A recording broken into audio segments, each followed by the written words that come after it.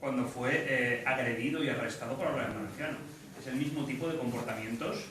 fascistas, y hay que decirlo así, fascistas, hay que hablar de fascismo, por parte de, tristemente, de miembros de las fuerzas y cuerpos de seguridad del Estado. Entonces, yo creo que, vamos, me ha alegrado muchísimo poder oír el testimonio del compañero de Silla hablando de esa visión diferente de la policía, de esa policía democrática en alianza con la sociedad civil. Porque al fin y al cabo, la policía, de manera, digamos, neutral, o el ejército o cualquier tipo de cuerpo en este sentido, si se deja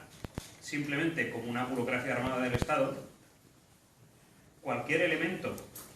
ideológico que empiece a hacer ahí un tipo de tareas y a difundir ese tipo de comportamientos y de actitudes, que no lo tiene difícil, porque quieras que no, las actitudes discriminatorias, las actitudes fascistas, las actitudes derechistas extremas, tienen al final un punto de conexión con lo que es, digamos, la última razón ideológica, estructural del sistema en el que vivimos, del capitalismo, que al final vive